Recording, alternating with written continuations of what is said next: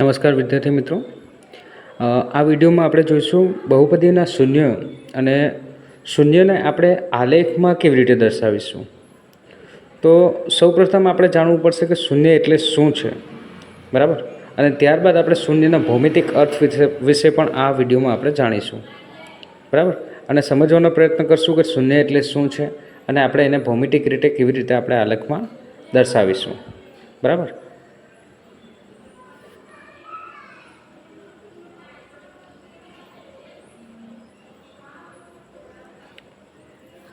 જો પી of x એ એક્સમાં બહુપદી હોય, જો પી ઓફ એક્સ એ એક્સમાં બહુપદી હોય અને જો કે કોઈ વાસ્તવિક સંખ્યા હોય તો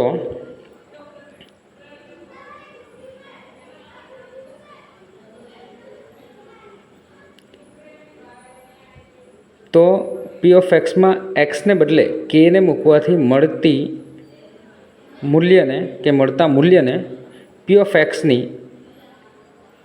એક્સની એક્સ બરાબર કેની આગળની કિંમત કહે છે અને તેને આપણે પી ઓફ એક્સ વડે પણ દર્શાવી શકીએ છીએ, બરાબર.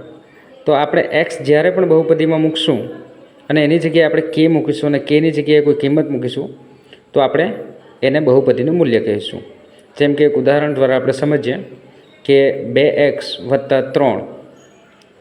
તો જ્યારે આપણે એક્સની જગ્યાએ આપણે કે મૂકીએ તો 2k + 3.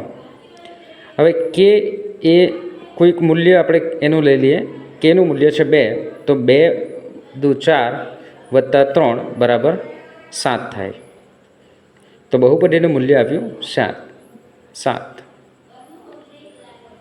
એટલે આપણે આ રીતે મૂલ્ય દર્શાવી શકીએ. તો બહુપદીનું આખું એ મૂલ્ય કહેવાય, પરંતુ એને આપણે બહુપદીનું શૂન્ય ના કહી શકીએ. પરંતુ જ્યારે એનો જવાબ શૂન્ય આવે, કોઈ સંખ્યા આપણે લઈએ અને આખી બહુપદીનું મૂલ્ય શૂન્ય થઈ જાય, ત્યારે આપણે એ સંખ્યાને બહુપદીનું શૂન્ય કહી શકીએ છીએ. તમે અહીંયા 2ની જગ્યાએ 3 પણ લઈ શકો છો. 3 × 6 + 3 એટલે 9 આવે. તો 9 એ બહુપદીનું મૂલ્ય છે, એ બહુપદીનું શૂન્ય નથી. અને જો બહુપદી પી ઓફ એક્સમાં કેની કિંમત અથવા તો કોઈ સંખ્યા મૂકવાથી બહુપદી કોઈ પણ સંખ્યા મૂકવાથી બહુપદીમાં કેની કિંમત અથવા તો કોઈ સંખ્યા મૂકવાથી બહુપદી પી ઓફ એક્સની કિંમત જે કંઈ પણ આવે તેને આપણે તે પી ઓફ એક્સનું મૂલ્ય શૂન્ય થઈ જાય, એટલે કે બહુપદીનું મૂલ્ય શૂન્ય થઈ જાય તો તે કેની કિંમતને અથવા તો તે સંખ્યાને આપણે કેનું અથવા બહુપદીનું શૂન્ય આપણે એને કહીશું. તો પી ઓફ એક્સની મૂલ્ય શૂન્ય થઈ જાય, એટલે કે આખી બહુપદીનું મૂલ્ય શૂન્ય થઈ જાય તો તે કેની કિંમતને અથવા તો કે તે સંખ્યાને આપણે બહુપદીનું શૂન્ય કહીશું. બહુપદીનું શૂન્ય. ઓકે, બરાબર છે.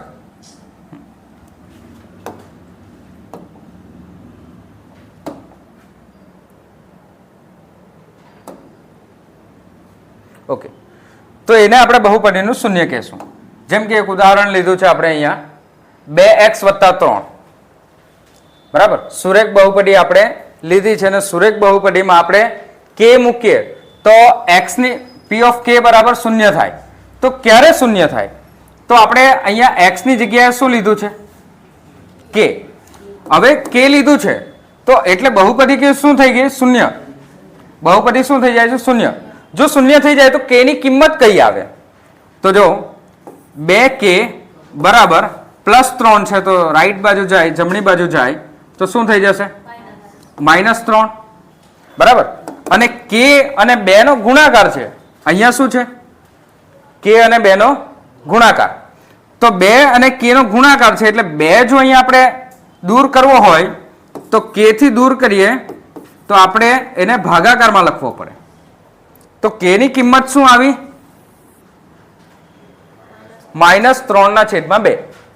તો આ -3/2 ને આપણે શું કહેશું? આ -3 ના આપણે શું કહેશું? આ બહુપદીનું શૂન્ય.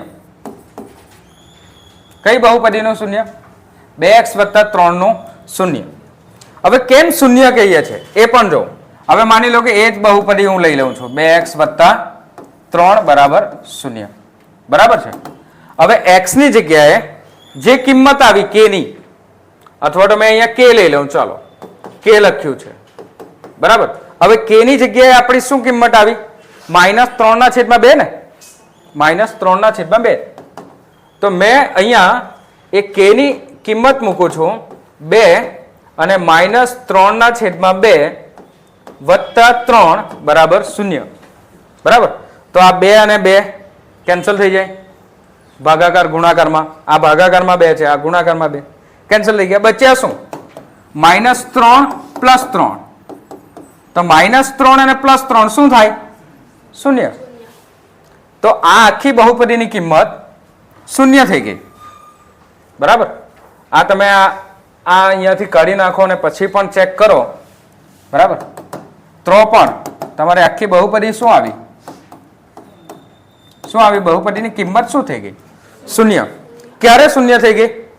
જ્યારે તમે આ શોધેલી કિંમત k ની જ્યારે k મૂક્યો અને કિંમત શોધવાનો પ્રયત્ન કર્યો, કારણ કે તમે k ની કિંમત પહેલા જ સમજી લીધું કે 0 છે એવું સમજી લીધું. બરાબર. k બરાબર શું છે? 0 છે એવું સમજી લીધું, ધારી લીધું, એટલે તમે અહીંયા 0 લખ્યું ને પછી k ની કિંમત શોધી. હવે k ની કિંમત એવી શોધી છે તમારું અહીંયા આખી કિંમત થઈ જાય, આખી બહુપદીની કિંમત થઈ જાય છે 0. એટલે આપણે એ બહુપદીને શું કહેશું? આ કિંમતને શું કહેશું? આને આ બહુપદીનું શૂન્ય. સમજ પડી? કઈ બહુપદીનું શૂન્ય? 2x + 3 નું શૂન્ય કયું છે? -3/2. ઓકે, સમજ પડી? Okay, clear? હા. હવે જો એક બીજું ઉદાહરણ આપણે લઈએ. હવે આ જે ઉદાહરણ નથી પણ આપણું આ પ્રામાણિક સ્વરૂપ છે, જે આપણે સૂત્ર બનાવવાના છે તે છે. તો એના માટે આપણે લીધું છે આ આપણું પ્રામાણિક સ્વરૂપ શું છે? ax + b. આ આપણું પ્રામાણિક સ્વરૂપ છે. પ્રમાણિત સ્વરૂપ છે ને. તો આપણે સૂત્ર કેવી રીતે બનાવશું? તો p of k બરાબર, અહીંયા આપણે p of k, તો x ની જગ્યાએ શું લઈ લીધું છે? મેં k લઈ લીધું. બરાબર. ને આ p of k ની કિંમત શું ધારી લીધી? 0. તો ak + b. બરાબર. હવે શું થાય કે આ b જે પ્લસ છે એને આ બાજુ લઈ આવું તો શું થઈ જાય? માઇનસ. ડાબી બાજુ લઈ આવ્યું. જમણી બાજુ તો a અને k બંને છે. મને ધ્યાન રાખજો, મને k ની કિંમત જોઈએ છે. શું જોઈએ છે? k ની કિંમત. તો k ની કિંમત કેવી રીતે મળશે? મારે k ને સાથે a જે છે એને પણ દૂર કરવો પડે ને a ગુણાકારથી જોડાયેલો છે, તો મારે એને અહીંયા ડાબી બાજુ લાવું તો કેવી શું થશે? ભાગાકાર થશે ને. આ a ગુણાકારમાં છે, જો એ ડાબી બાજુ આવે તો ભાગાકાર. બરાબર k. તો આ આવી k ની કિંમત. એટલે આ આપણે સૂત્ર મળી ગયું. તો k નું સૂત્ર શું આવ્યું? સુરેખ બહુપદીનું શૂન્ય માટે -b/a. હવે -b એટલે શું? તો કે -b એટલે શું? તો જો b એટલે શું છે? અહીંયા અચળ પદ. બરાબર. b એટલે શું છે? અચળ પદ. તમે આ રીતે પણ લખી શકો. બરાબર. b એટલે શું છે? અચળ પદ. બરાબર. b એટલે શું છે? અચળ પદ. અહીંયા આપણે માઇનસ લખીએ અને છેદમાં શું છે? છેદમાં શું છે? x નો સહગુણક. x નો સહગુણક. x નો સહગુણક કયો છે? a. x નો સહગુણક કયો છે? a. એટલે તમે આ આખું જે સૂત્ર છે આ રીતે પણ લખી શકો. બરાબર. આપણે સીધું આ જ ઉપયોગ કરીશું. આ પણ પરીક્ષામાં પૂછાઈ શકે કે સુરેખ બહુપદીનું શૂન્યનું સૂત્ર કયું? તો આ બંને આવી શકે. આ આપણે શબ્દ રીતે લખેલું છે, આ આપણે સાંકેતિક રૂપે લખેલું છે. ક્લિયર? ઓકે. હવે બહુપદીના શૂન્યનો ભૌમિતિક અર્થ, જે આપણે વિડીયોમાં પહેલા ચર્ચા કરી કે ભૌમિતિક અર્થ વિશે સમજીશું. તો ભૌમિતિક અર્થ શું થશે? ભૌમિતિક અર્થ માટે તમારી ટેક્સ્ટ બુકમાં એક અલગ દાખલો છે જેનો આન્સર પોઈન્ટમાં આવી શકે, એટલે મેં ઇઝી એક દાખલો દીધો છે. બરાબર. જેથી તમે સરળતાથી સમજી શકો. પછી એ દાખલો પણ તમે સમજવાનો પ્રયત્ન કરજો. બરાબર. ઓકે, ચાલો જોઈએ. p of x બરાબર 5x ઓછા 10. આનું શૂન્ય શું હોઈ શકે? શું સૂત્ર છે આપણું? સુરેખ બહુપદીનું સૂત્ર શું છે? શૂન્ય. હમણાં જ આપણે બનાવ્યું ને, માઇનસ b ના છેદમાં a. બરાબર. એટલે અહીંયા b ના સ્થાન પર કેટલા છે? જો -10. ના 10 નહીં, કેટલા છે? -10. હા, તો અહીંયા આવશે -10 અને a ના સ્થાન પર કયા છે? 5. બરાબર. તો માઇનસ માઇનસ થઈ જશે પ્લસ 10 ના છેદમાં 5 કરીએ તો જવાબ આવશે 2. બરાબર. આ રીતે પણ તમે બહુપદીનું શૂન્ય શોધી શકો. બરાબર. અથવા તો માની લો કે હવે તમને આ રીતે સૂત્ર યાદ નથી, તો તમારે શું કરવાનું છે? 5x ઓછા 10 બરાબર 0 એવું માની લો. શું માની લેવાનું છે? કેમ કે આ 2 આવે એ મને ખબર નથી કેવી રીતના આવે. બરાબર. જો આ રીતને તમને નહીં ફાવતું હોય તો તમારે આ રીતે આખી બહુપદી બરાબર 0 માની લો. 0 માની લીધું તો આપણે 5x બરાબર -10 છે, જમણી બાજુ આવે તો શું થાય? +10. અને x બરાબર 5 ગુણાકારમાં છે તો 5 ક્યાં જતો રહી? ભાગાકારમાં. અને x ની કિંમત કેટલી આવે? 2. x ની કિંમત કેટલી આવે? 2. હવે ભૌમિતિક અર્થ એટલા માટે જોવાનો છે કારણ કે આપણે એને આલેખ બનાવવાનો છે, તો આલેખ કયા પ્રકારનો બને છે એ પણ આપણે જોવાનું છે. બરાબર. એ જોવા માટે હવે આલેખ માટે આપણને 2 બિંદુઓ જોઈએ. આલેખ માટે કેટલા બિંદુઓ જોઈએ? 2 બિંદુઓ જોઈએ. હવે આનો મતલબ એ થયો કે x બરાબર જ્યારે 2 લઉં તો આખી બહુપદી શું થઈ જાય? 0. બરાબર. જો p ઓફ x બરાબર 5x ઓછા 10 આ આપણી બહુપદી છે. હવે મેં p ઓફ x ની જગ્યાએ કેટલા લઈ લઉં? 2 લઈ જાઉં તો શું આવશે કિંમત? 5 દુ 10, તો 10 - 10 એટલે થઈ જાય 0. તો p ઓફ x ની જગ્યાએ p ઓફ 2 લીધું ત્યારે શું થઈ ગયું? 0. તો જો અહીંયા તમારે આ રીતે 2 બિંદુઓ બનાવવા પડશે, શોધવા પડશે. એક તો તમારી જે બહુપદી છે તે આપણે x ની કિંમત મેં લીધી 2, જ્યારે y ની કિંમત અહીંયા y માં લખવાનું તમારે 5x ઓછા 10. હવે જ્યારે મેં 2 લીધા ત્યારે આખી બહુપદીની કિંમત કેટલી થઈ ગઈ? 0 થઈ ગઈ ને? 0. હવે માની લો કે તમે 1 લેવ અથવા તો 3 લઈ જાઓ કે 4 લઈ જાઓ. આપણે 4 લઈ લઈએ ઈઝી રહે એટલા માટે. કેટલા લઈએ? 4. તો 5x ઓછા 10, તો 5 અને અહીંયા લઈએ આપણે 4 ઓછા 10. 5 ચોક 20 ઓછા 10 જવાબ શું આવશે? 10. તો આ 10 જે જવાબ આવ્યો એ 10 જવાબ ક્યારે આવ્યો? 10 જવાબ ક્યારે આવ્યો? 10 જવાબ ક્યારે આવ્યો? જ્યારે આપણે 4 લીધા છે ત્યારે. ક્યારે આવ્યો? આપણે 4 લીધા છે ત્યારે. તો અહીંયા આપણે 4 લીધા છે ત્યારે આપણો જવાબ કેટલો આવ્યો? 10.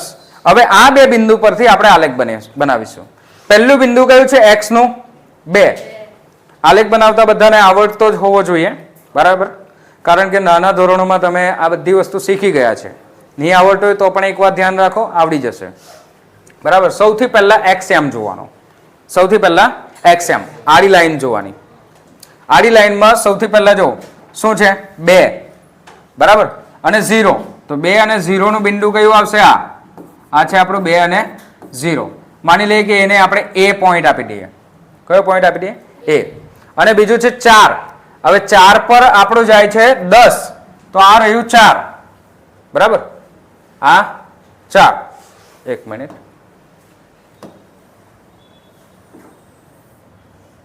અને આપણે ઉચકીને કોઈ જગ્યાએ મૂકી દઈએ.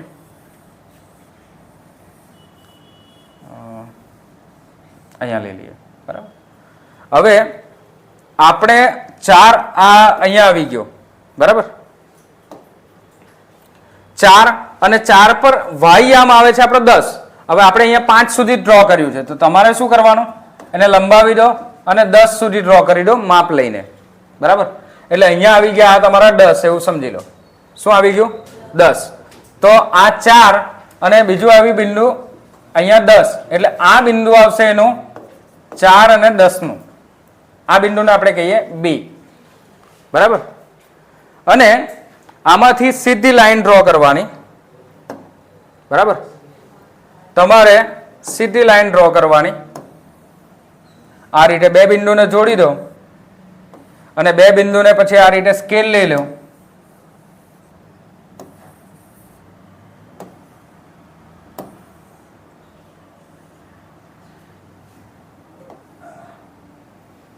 અને એ સ્કેલમાંથી લાઈન ડ્રો કરી દો. તો આ જે લાઈન આપણે બનાવી, આ જે લાઈન આપણે સ્ટ્રેટ લાઈન ડ્રો કરી એ આ બંને બિંદુમાંથી પસાર થાય છે. આને આપણે એવું કહી શકીએ કે આ લાઈન જે છે P of x કઈ બહુપદીની છે? સુરેખ બહુપદી P of x 5x ઓછા 10 ની લાઈન છે. કઈ લાઈન છે? 5x ઓછા 10 ની લાઈન છે. આને તમે જેટલી લંબાવો એટલી લંબાવી શકો અને આ લાઈન પરથી આની બધી જ કિંમતો તમે શોધી શકો, બરાબર. માની લો કે તમે અહીંયા 3 પર મૂકો આ સ્કેલને,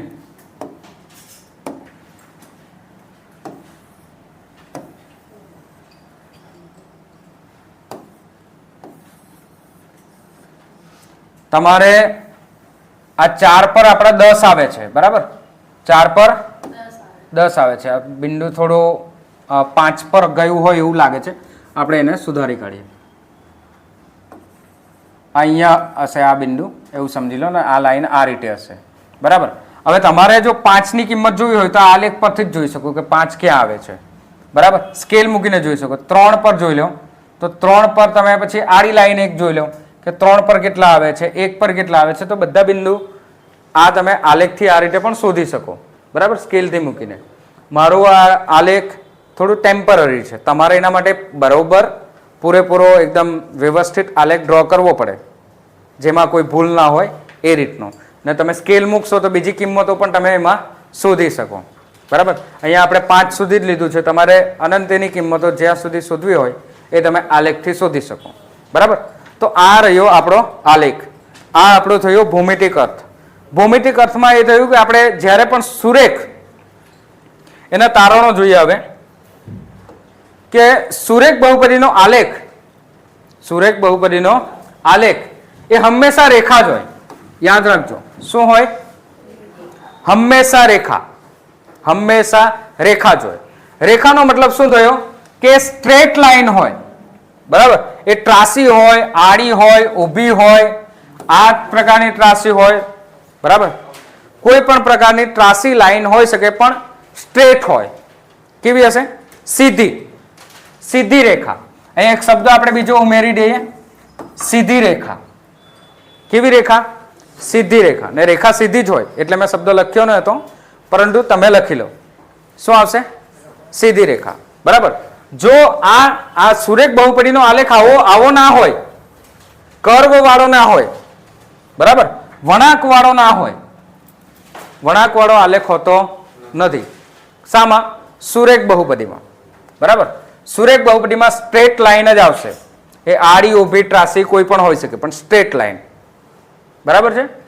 સુરેખ બહુપદીની રેખા x અક્ષને જે સંગત બિંદુમાં છેદે તે જ બહુપદીનું શૂન્ય કહેવાય, બરાબર. તો આપણા કેસમાં અહીંયા જો 2 પર બી છેદે છે તો આ શૂન્ય બહુપદીનું કયું છે? હા,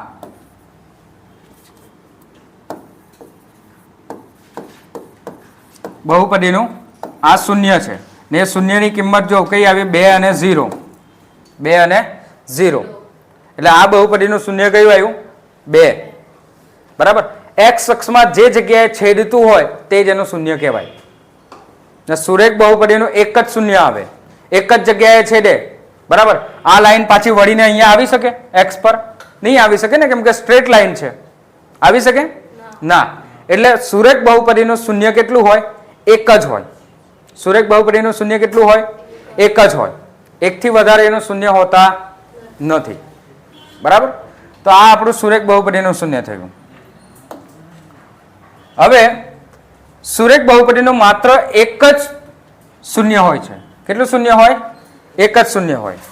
શૂન્યેતર સંખ્યા a માટે સુરેખ બહુપદી ax વત્તા b ને એક જ શૂન્ય આપણે સૂત્રના રૂપે -b છેદમાં a, અને આપણે એને શબ્દમાં લખીએ તો અચળ પદ માઇનસ અચળ પદ છેદમાં x નો સહગુણક.